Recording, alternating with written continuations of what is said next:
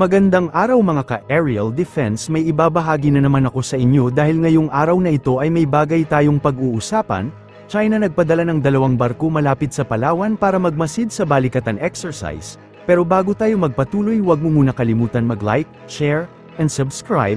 Paki-follow at like muna ng aming page na nasa description na ang link.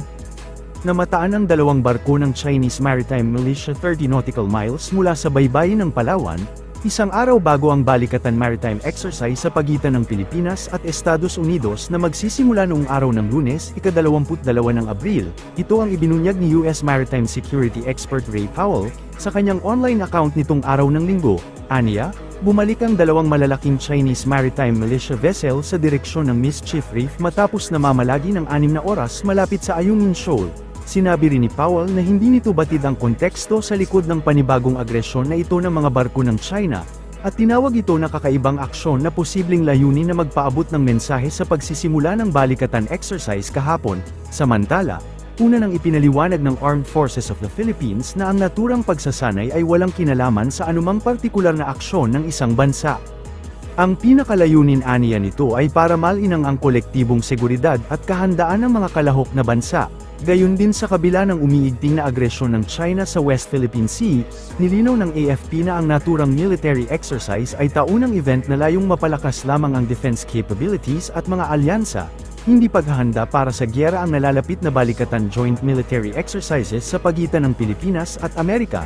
Ito ang binigyang diin ni National Security Council Assistant Director General Jonathan Malaya sa isang news forum.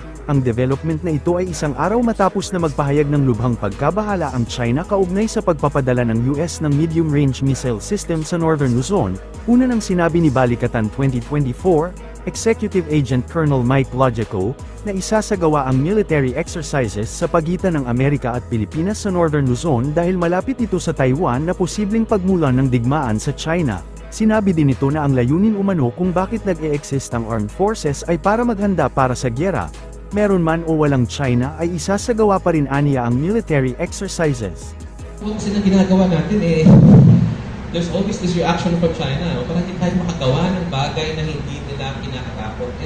And kaya tuloy yung mga tao natin, mga kababayan natin, are worried, no? Alam ko po, karamihan sa inyo are worried because, we see we see things like magkakagera na, no? We see things that, this is a proxy war. Yung mga ganun na, war is not on the table.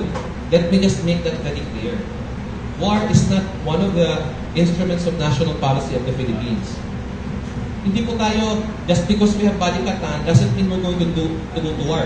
The only way to preserve peace is to have a strong deterrence capability. Kaya po tayo nagkakaroon ng exercises with record number of nations. God. Dati po yung balikatan, ilang libo lang yan, kasama yung Amerika. Ilan lang yan. Ngayon, libo-libo na. At ang observers natin, 14. Ganun kadami yung mga bansa na hindi lang salita.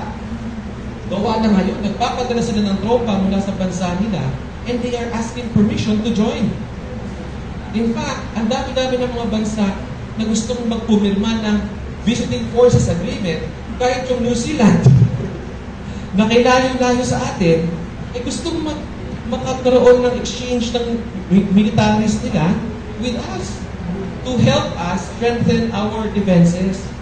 And we do not see the same with China. Wala pong ni isang bansa ang nagpapahayag ng suporta sa posisyon ng China sa West Philippine Sea. Tayo, ang dami-dami na nating bisita dito sa ating bansa. Almost every week, may dumarating na Prime Minister, Foreign Minister, Defense Minister. Gusto tayong tulungan. Bakit po nangyayari yun? Because they understand that our position is important. We stand for the rule of law, we stand for a free and open Indo-Pacific, and we stand for international law. Importante po yan sa napakaraming mga bansa. Kaya nila tayo tinutulungan. Pero hindi po tayo tumatanggap ng tulong para makipaggera. Gusto ko lang po liwanagin yan sa lahat na nandito ngayon. We are exhausting all diplomatic options to resolve this issue. We wish a constructive dialogue with the People's Republic of China, but defending, improving our defenses, and improving the capacity of our forces to exercise and joint controls is and whatnot ever does not mean that we are going to war. No? Just because kumuha tayo ng aso, di ba? Just because kumuha tayo ng aso at malaki, hindi ibig sabihin yung aso yun, i-release natin sa kapitbahay para mangagat. Hindi po yun ibig sabihin. Ang gusto lang natin, may aso tayo, para pag may kapitbahay tayo na gusto lusubin tayo, meron tayong pagdepensa. That's all that we're doing. We have no intention of precipitating any form of war with anyone. Subalit sinabi ni Malaya na walang plano ang Pilipinas na masangkot sa anumang uri ng labanan. Tiniyak din ng NSC official na nakasentro ang balikatan sa pagpapalakas ng kapasidad ng bansa sa pagdepensa, gayon din ang interoperability at kooperasyon ng puwersa ng Pilipinas at Amerika. Inaasahan na mahigit 16,000 tropang sundalo ng Pilipinas at US ang lalahok sa balikatan exercise ngayong taon.